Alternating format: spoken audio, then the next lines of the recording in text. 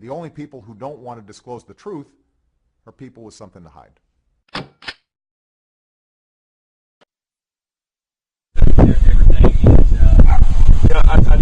What I said is once he's convicted in the court of law, I believe our president is a legal alien.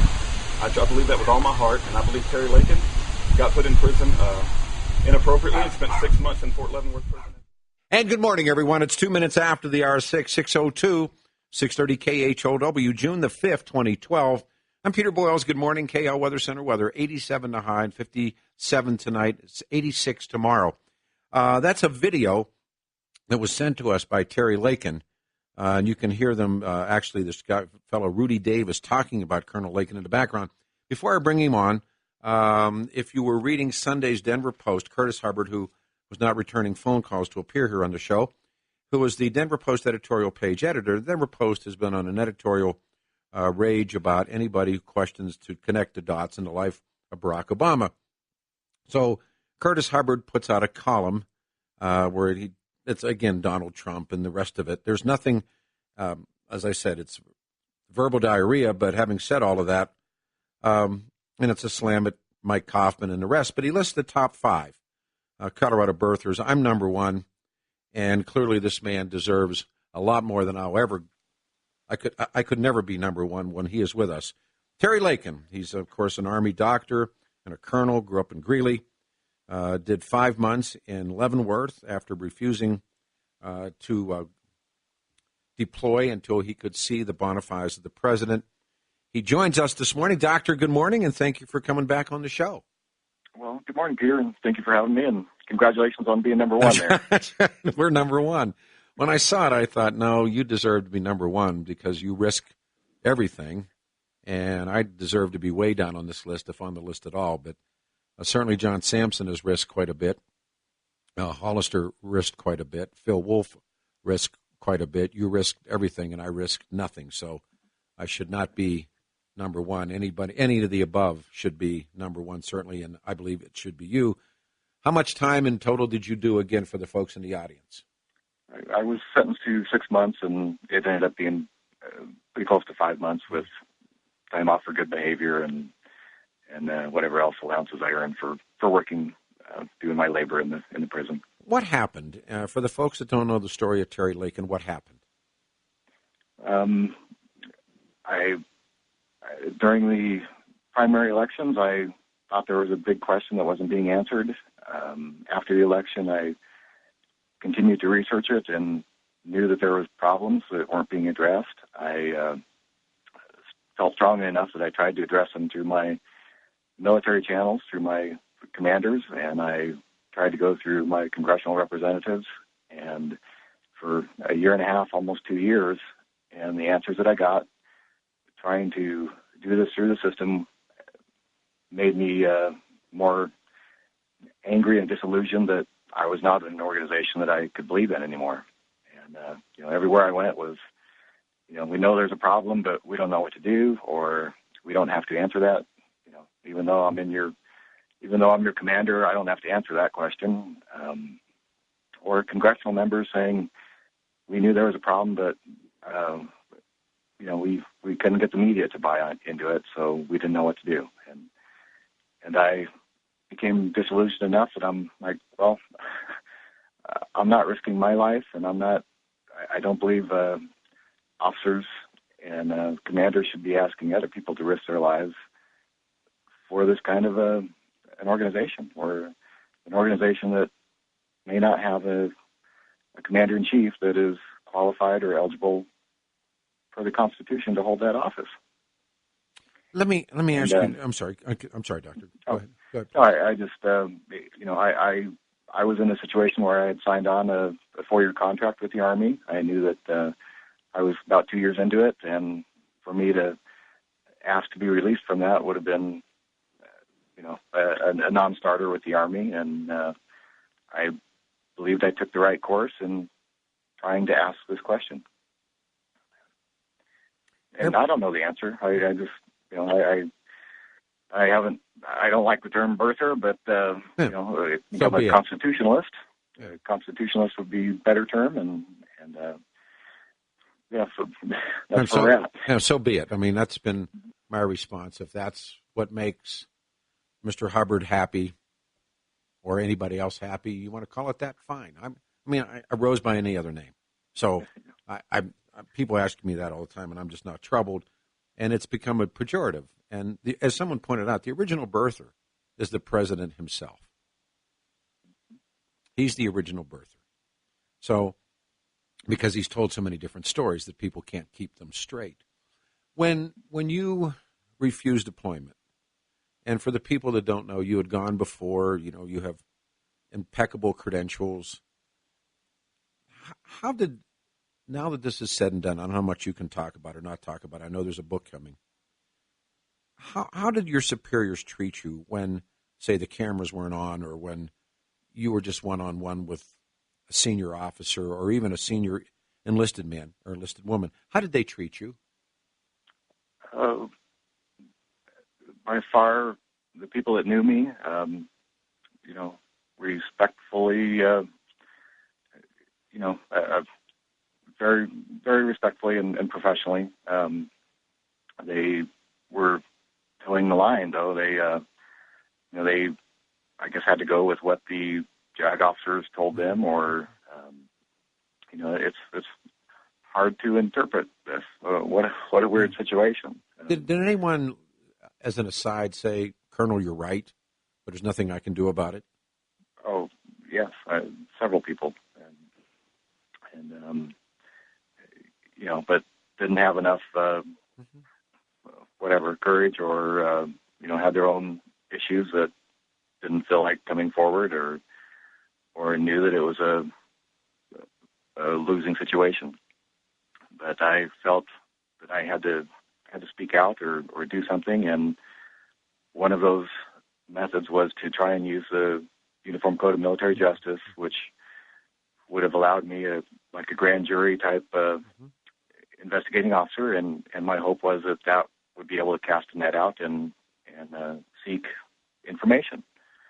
That the investigating officer for that Article 32 hearing declined everything that I asked for, and essentially my fate was sealed at that time, well before the court-martial. What's fascinating to me about this is all the president had to do. You're a very gallant, very brave, and very needed man. All you would have literally had to do was walk across the street. And eventually, after you go and do your time in prison, isn't it amazing they suddenly produced this PDF file that he could have produced, which I'm telling you, this is what makes the riddle, the mystery, so much more intriguing. Here you are with your credentials and your background and your bravery and your ability to do this job that was so needed. Literally, I think you were out of prison for like a cup of coffee. And then suddenly, pardon me? Yeah, it was 2 weeks before my official release. Okay, it was right. I take it back. I'm looking at my own timeline wrong. You were 2 weeks. You're 2 weeks away from getting out. Your whole life had been destroyed, and suddenly, unannounced at a bizarre press conference, this PDF file drops, and then, really, literally, 2 heartbeats after that, Osama bin Laden is killed. Mm-hmm. And I know I'm crazy. But I know my mother and father raised a lot of ugly children, but they didn't raise a lot. They didn't raise a lot of stupid ones. If he was going to drop that PDF birth certificate, why in God's name did he not do that before your life was destroyed? If this is this caring man that we're led to believe that he is. Well, he had letters to his office that his office forwarded on to military affairs, before my court-martial. So, his office knew about it. Yeah. Absolutely. I hate being in the public. I don't want this, but, part of what I had to do to protect myself when I did this was to go public and go very public fast. And, with the days of YouTube, I thought that was the best decision I could have made. I know. But I've really tried to rethink this, and particularly in terms of your life. And people who saw this happening to you, who really understood you, who all they would have to say is, Mr. President, for God's sake, do the right thing. You know, help this man by simply showing this document. He doesn't do it. He allows all the turmoil in your family, everything that happens to you. And then, as I said, and I thought you had just gotten out, but right before you got out of the penitentiary, unannounced in a bizarre press conference, he shows a PDF file that by its own existence has enormous problems, but regardless. And then simply heartbeats after that, the SEAL team kills Osama. Terry, there's no GD way in this world that I believe that, especially, and I don't know about the murder of Osama, but there was always the critique that came down that said they knew he was there, and they knew he was there, and they wouldn't pull the trigger. They wouldn't hit the raid button. They knew where he was. The doctor had pointed him out. They knew he was in that building. They knew he was living there, but they waited. Why did they wait, asks a number of people. Did they wait for the birth certificate to drop? And then when everyone says, oh, wow, here it is, and then the raid goes down, he's killed, end of story, you come out of prison. I just think it's so crazy. Yeah. And about that time was Jerome Corsi's book, That's right. Where's the Birth Certificate? And Trump was living in his ear. Trump was, yes. Yeah, and now Trump's back. I don't know. I mean, I get, we've met, and I have so much respect for you. You stood the line. Who is this fellow, this Rudy Davis fellow? By the way, I'm going to set this question up and take a break because people can go to the website and see it. What is this raid that we can see here on our website? What is the raid? Yeah, do you know much about? I understand we got this from you, is what Sheik said about the. Right. It was.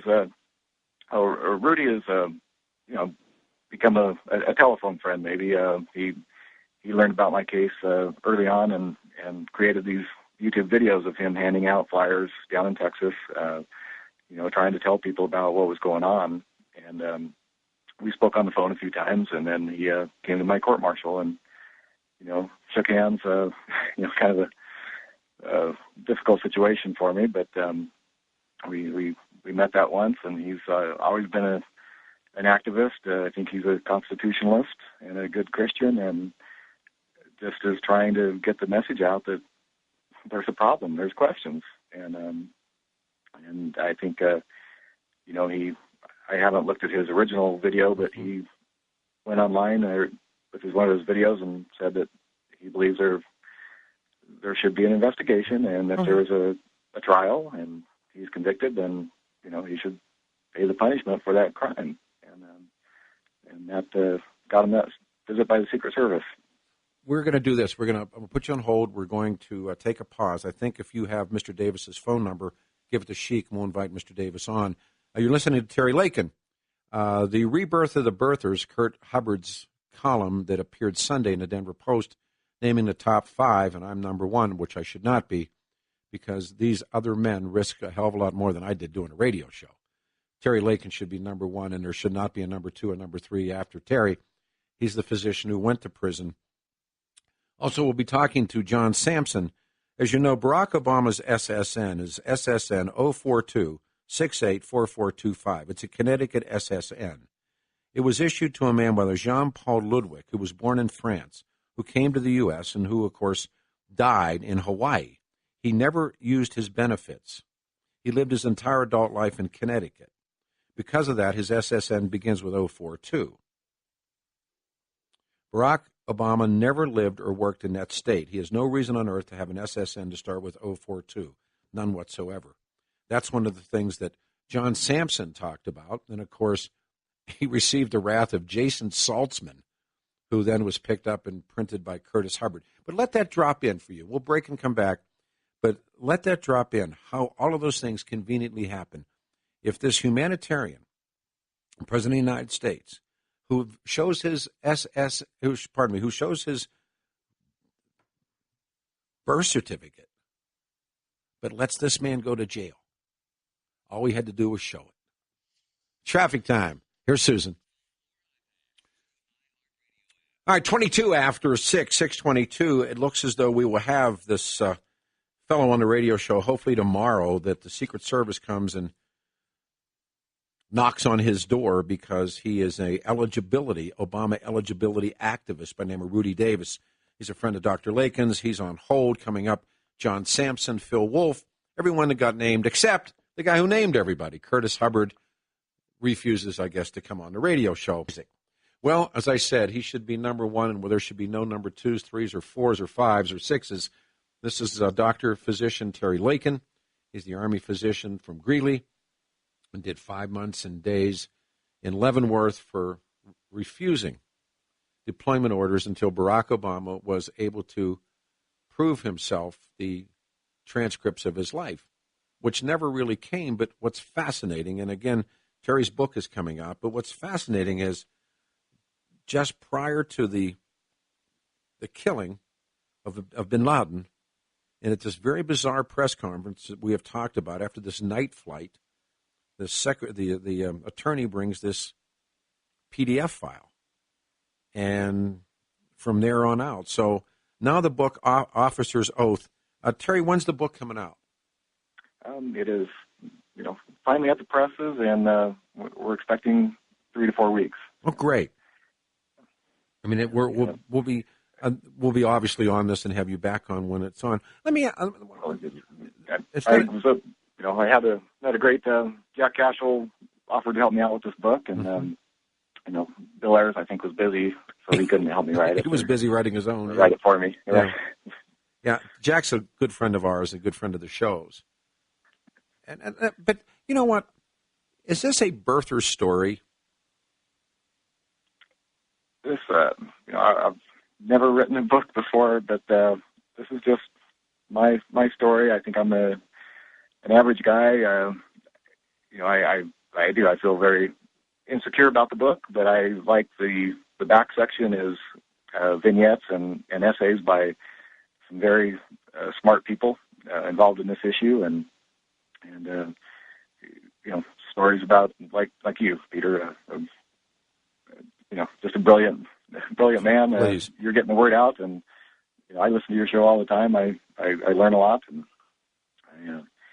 I agree with most of what you say, but the other issues I investigate them myself. And, sure, well, it's what we all do. How has your life changed since you stood up? I've been blessed. My life is good. I have a wonderful wife and family, and close family.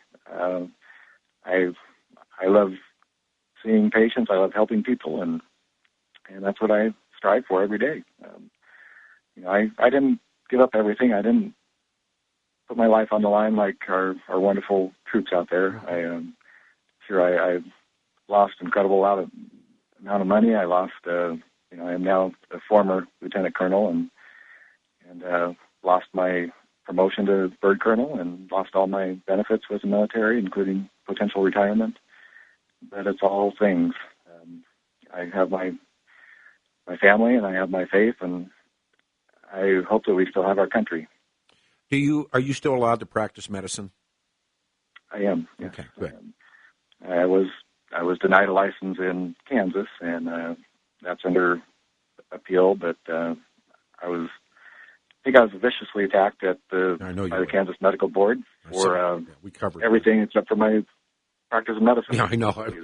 We wanted to talk about the birth certificate issue. Well, I know. I would have loved to have been there. I mean, I just thought they were just a bunch of lightweights. But having said all of that, conceivable question. Suppose you're right. Suppose all of these stories turn out to be accurate. I wonder what the DOD would do, or the whomever would do, the Department of Justice or whomever would do to you. If it turns out that this man has to resign because of ineligibility for whatever reasons, or is embarrassed out of office, I wonder how you would then be treated. Well, I don't, I'm doing okay. I don't care about me in that regards. We need to correct our country. And I know, but I care about it. I mean, and others would care about what happened to you. Our our leaders need to stand up, and our our congressional people need to take care of this, or our military admirals and generals need to take care of this. And it's it's a weird situation.